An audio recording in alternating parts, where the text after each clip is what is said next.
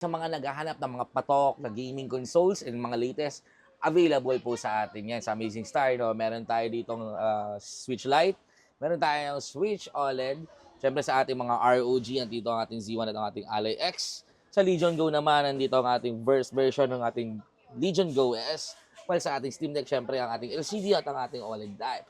At kung ikaw ay naghahanap ng Nintendo Switch 2 na latest, nandito na rin po sa atin yan. Siyempre, available din sa ating PS4 na old version. Meron tayong Fats Demon Pro at ang ating Portal, siyempre, nandito rin yan. At sa mga naghahanap ng PS5, yan, andito po sa atin. At mga solid price starts at 6,000. So yung mga solid, update tayo ngayon dito sa Amazing Star. Yes. Ngayon 2026, Yes first po. vlog natin ngayong taon. Kasama natin si Boss Liam, dito tayo sa permanent store nila. So Boss Liam, invite mo naman sila dito. Okay, so ito mga solid, no, ini-invite po namin kayo na puntahan ng aming store dito sa Green Hills Mall, San Juan City. So, Ano oras tayo nagbubukas? okay, open ang ating store between 10 a.m. up to 9 p.m. po during weekdays and 10 a.m. up to 9 p.m. 10 p.m. po tayo during weekends. Yan, okay. So start tayo.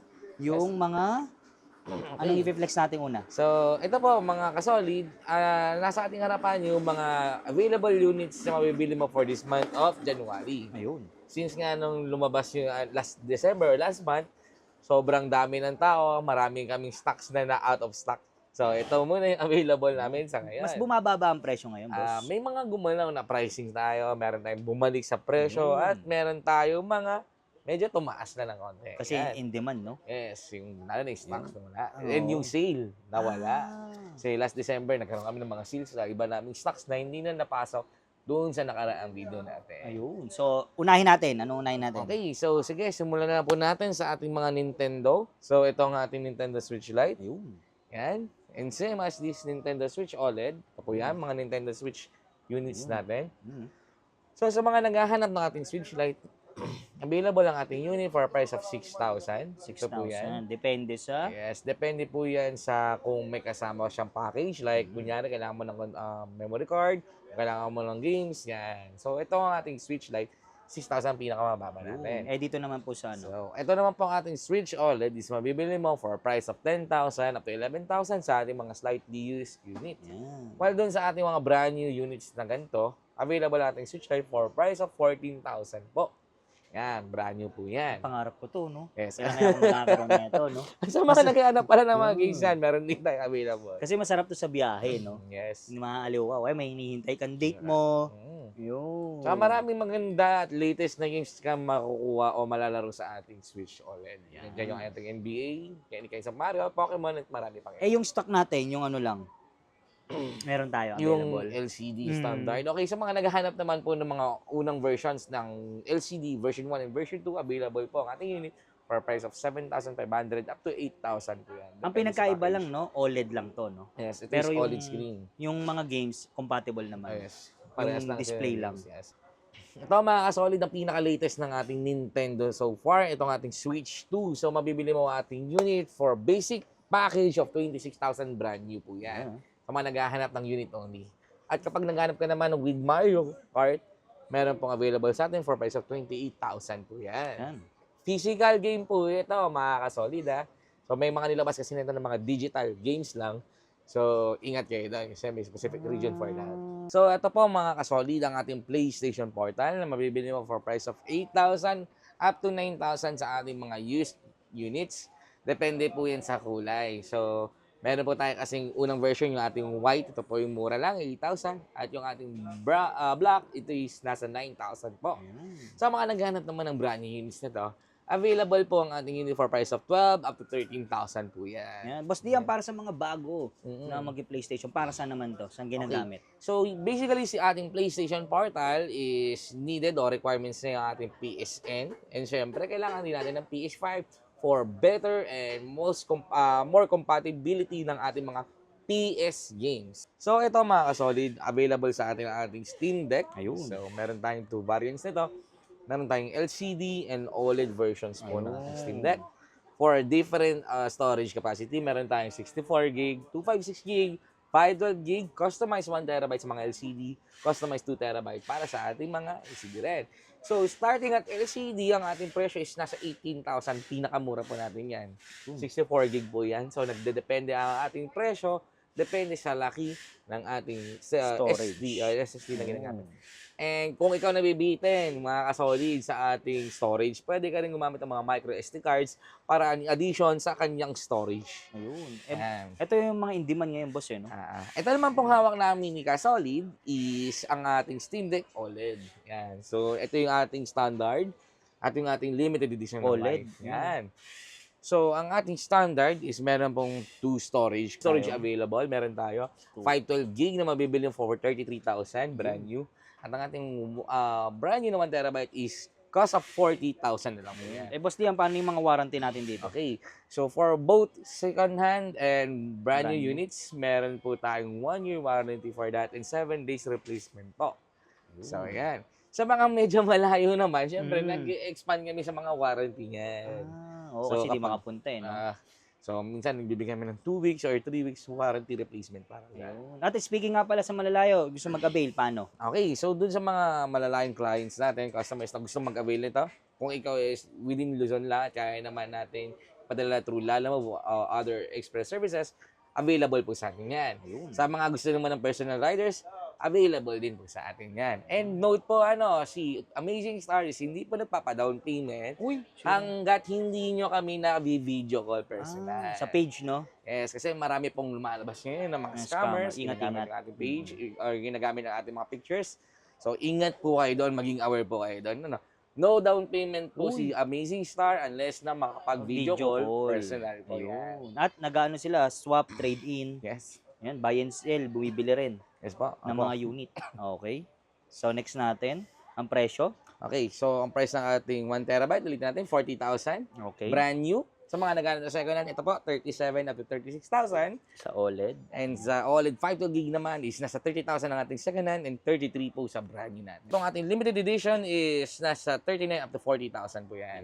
Yan. Okay. Punta naman po tayo sa field ng ating mga ROG units.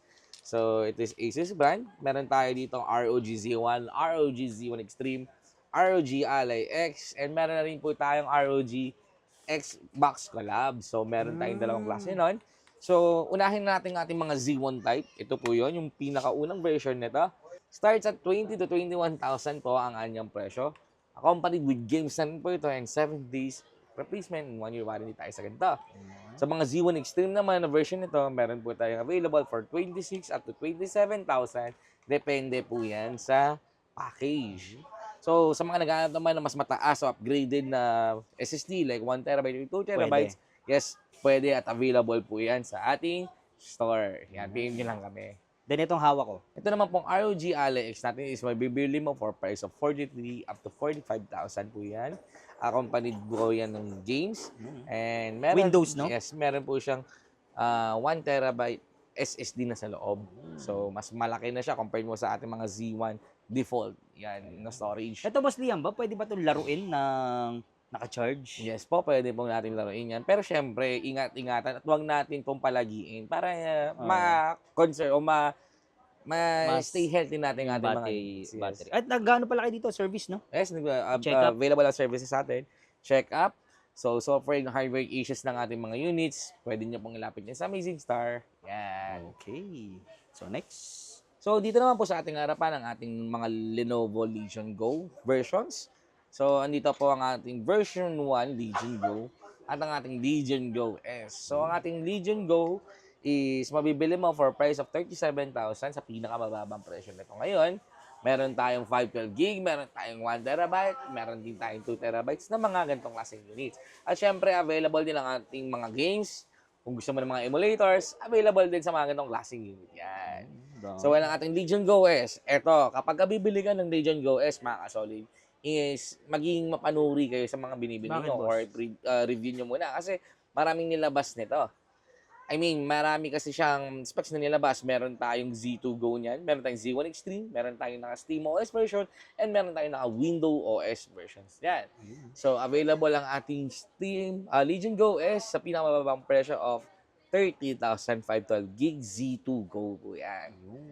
Yan. So, ang pinakamura nating unit ngayon is magkano ngayon? Wala na tayong mga Ambernic ba? Naubos po kasi nung nakaraang Pasko kasi marami talagang kumuha sa atin that time. So, ang mura natin is Yes, itong itong ating Nintendo Switch Lite. So, price range? 6,000. 6,000. Yan. Ito na mga solid, syempre kung meron tayo mga portable handheld units, meron din tayo mga home video base o yung mga units na ginagamitan natin o required ng ating TV monitor screens. Ito yan. So, unahin natin sa ating mga PlayStation 4. So, ito at available sa ating tatlong variation na to. Meron tayong fat, meron tayong slim, at meron tayong pro type. So, available ang ating unit. So, pinakamababang presyo nito of 7,500. Uy, 7,000. Yes po. Ano mga kasama? May kasama po siyang game and may kasama siyang controller na choice niya po. So, sa mga nag-aalala naman ng with downloadable nito, meron po at available yan sa Amazing Star. So, depende ang kanyang presyo sa laki ng kanyang storage. Yun. Ito naman PS5. Okay, so yung PS5 naman po natin is meron din tayong tatlong variation nito. Meron po tayong PS5 Fat na mabibili mo for 17 up to 20,000. Conforme po yan kung digital or disc edition po yung ating kinukuha. Sa atin naman pong kasunod, meron tayong PS5 Slim na mabibili mo po sa brand new price of 27,000. Wala nga ating mga used units ng PS5 Slim is nasa 23,000 po yan. So, yan. So, sa mga naghanap ng PS5 Pro, nakasil po yan sa Amazing Star this month. No? Nasa 40,000 lang po ang ating brand new stocks, limited only. Brand new. Yes po, brand new limited stocks lang po ang 40,000 natin.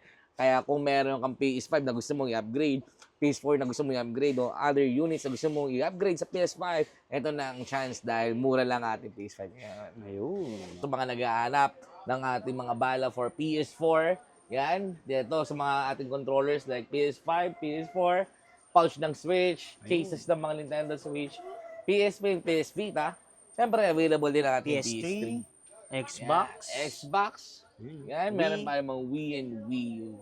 Ayan. Price starts sa mga bala-bala natin. Okay, Boss sa ating PS4, price starts at 500 pesos. Well, sa atin naman po mga PS3, price starts at 200 pesos. Yan. Sa mga Wii, sa mga Xbox. Yan. So, sa mga Wii, price starts 200 pesos tayo dyan. Depende sa game, no? Conforme sa game. Eh, syempre, pwede ka mag-trade kung meron ka. Uy, yun. No? Kung natapos mo na yung game, pwede. Pwede mong i-trade yan. So, yung mga solid, nakita na natin yung mga presyuhan nila Boss Liam ngayon dito sa Amazing Store.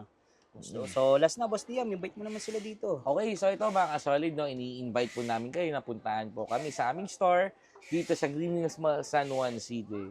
No, Bridgeway Shops po kami, Unit 13 po yan. At ang pin location namin, syempre, pag nakita mo ang Samsung Store, nandun lang po kami sa likod niya. At kung naliligaw kayo, pumiem kayo or tumawag kayo sa number nila. Okay, meron po kami Susundo, mga oo. numbers, nandito po yan sa... Yan, sa FB page. Tapos, Boss Liam, paano pala yung yung installment natin? May installment ba tayo dyan? Yes po, sa mga gumagamit or mga credit card users, available po sa atin yan.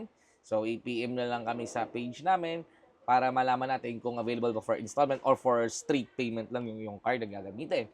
And then, syempre, meron tayong another medium. Meron tayo ditong G-Gives, meron tayong home credit, Skyro financing, SPay later at marami pang iba. So, pwede mo kaming i-PM para pagpunta mo rito, ready ka na. Ayun, Yan. kukunin nyo lang. No? Kukunin na lang. So, yung mga solid, lalagay ko lang sa description yung kanyang info. Yes po.